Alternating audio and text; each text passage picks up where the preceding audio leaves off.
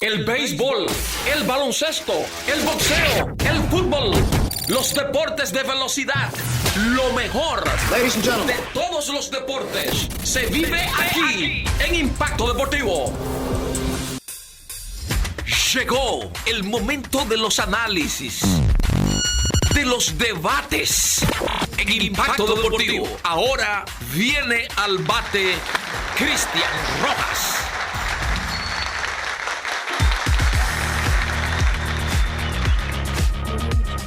Qué bien, estamos de vuelta con Impacto Deportivo. Llegan los temas de debates y en esta ocasión yo voy a enlazar algunas cosas porque no me puedo quedar callado y me gustaría también escuchar la opinión de mis compañeros. Y David ha dado mucho de qué hablar en estos días en cuanto a temas con la federación, en cuanto a temas de la entrevista que le dio a los amigos Ricardo y Bian en Abriendo el Podcast. Y todas esas cosas uno rescata algunas informaciones. Mira, ayer Juan Mercado, Juan Núñez, que reaccionó después de manera, vamos a decir, pasiva, y al igual que también Ronnie Linares, que David Ortiz dijo que no lo conocía hasta el día que lo anunciaron. Y yo entiendo que fueron las posturas correctas. En el caso de Ronnie Linares, él dice, bueno, si él no me conoce a mí, ok, no voy a opinar de eso. Ahora yo sí lo conozco a él. Ya, punto. Juan Núñez, unas declaraciones que fueron un poquito, vamos a decir, relax. No se metió mucho en el dime y direte con David. Pero yo creo que hubo un exceso de parte de Juan Mercado, el colega y distinguido amigo. ¿Tú sabes por qué, Miki? Porque la embarrada de la federación con los resultados del clásico, tú no puedes ya resarcir de ninguna manera, ¿verdad? Entonces, esas declaraciones que salen de un podcast, que probablemente están siendo noticia ahora porque encontraron respuesta. Entonces yo creo que ahí es que está el error de Juan Mercado, que es el error mayor. ¿Tú sabes por qué? Porque el que tenía que salir al frente, ellos no debieron de hablar ninguno, pero el que debió de salir al frente de esas declaraciones simplemente era el presidente de la federación, Juan Núñez, que es el primero al mando en esa institución que maneja el béisbol en República Dominicana. Entonces, yo creo que si el plan era tratar de defender lo que se hizo desde la federación, entonces ahora quedaron peor. Porque tú decir, primero, David dice que se le ofreció, es cierto, en el 2019 en la primera parte, pero luego que se suspende el clásico en el 2021, borraron con él. O sea, él está hablando la verdad. Él no dijo una cosa que sea falsa. Él dijo la realidad. Pero de parte de Juan Mercado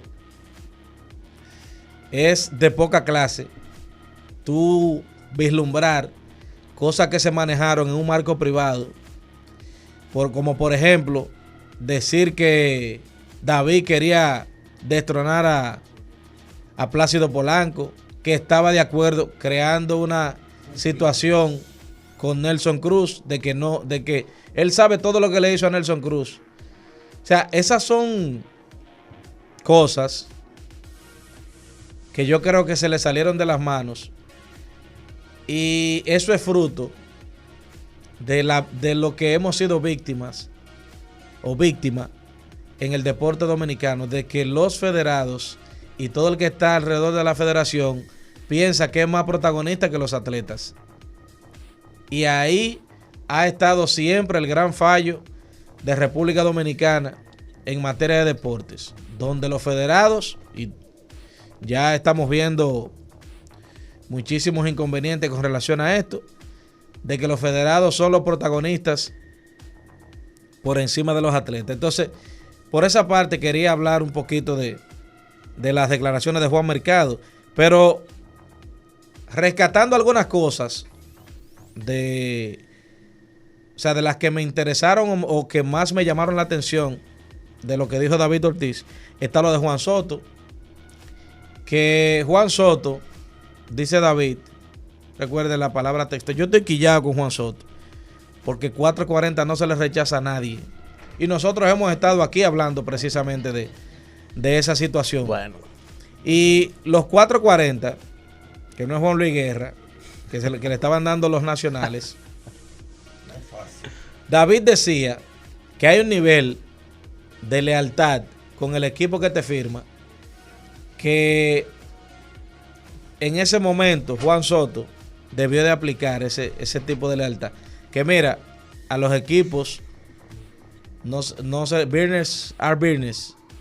A los equipos no se le considera. Ahora bien,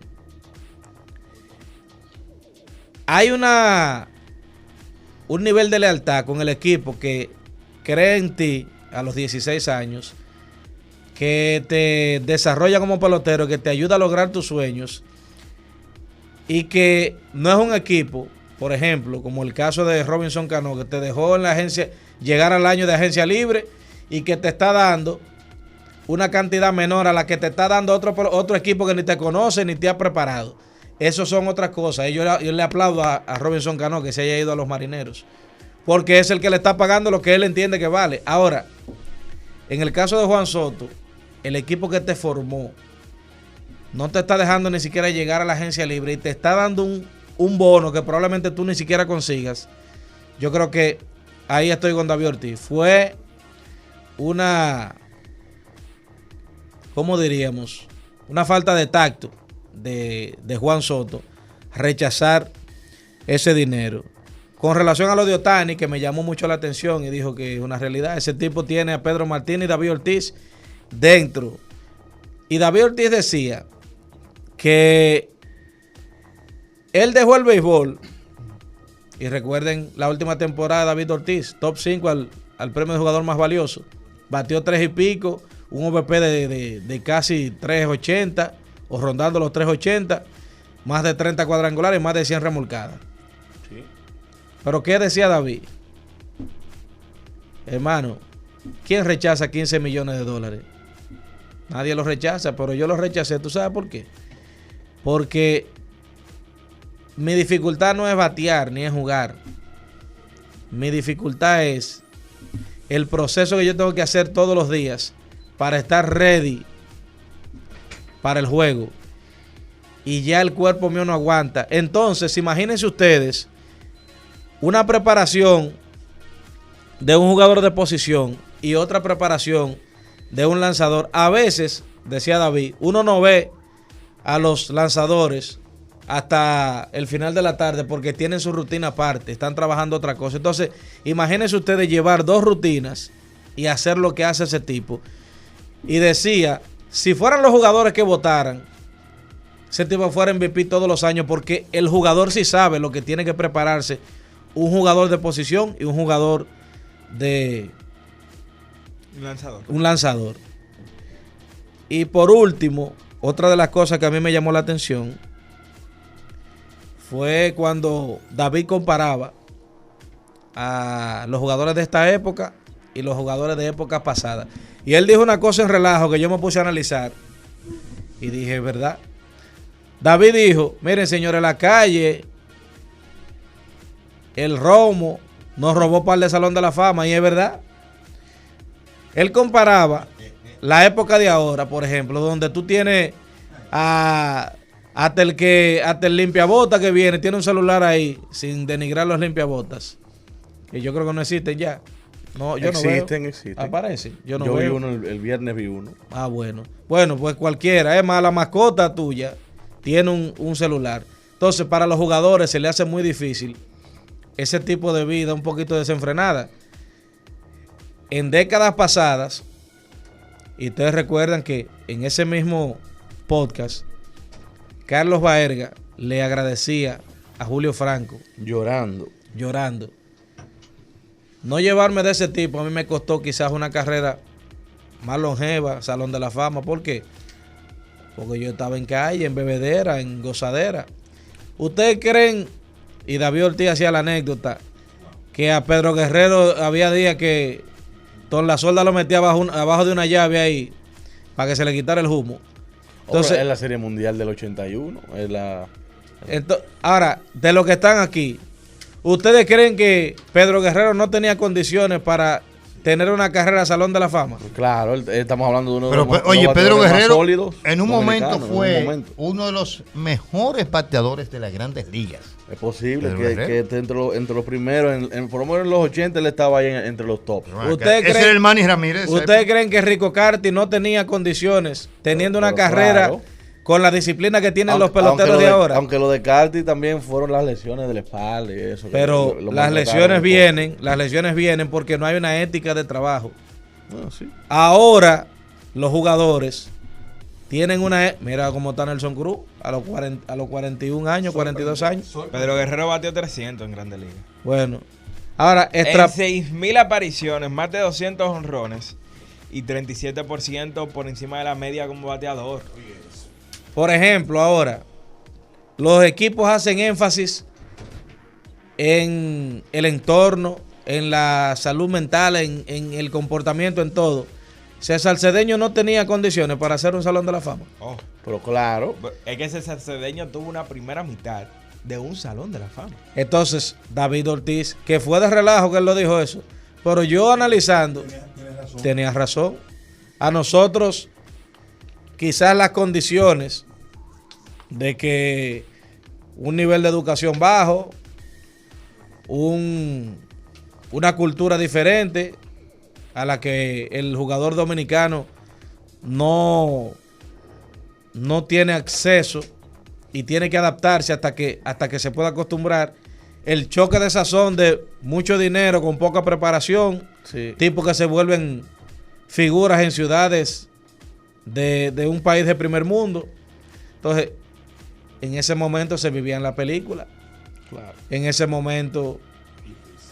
Oye, pero el mismo David dijo una vez que esta camada que estaba ahí en Grandes Ligas no se parece en nada a la que coincidió con él, porque son muchachos que no tienen como ese deseo de calle. Exacto, como que se enfocan más en jugar pelota, en jugar béisbol, en prepararse, en no tener mala noche, en la alimentación, en todo eso. Sí. Entonces, esas fueron como las 4 cosas. Por eso hay tanto dominicano destacado hoy en día.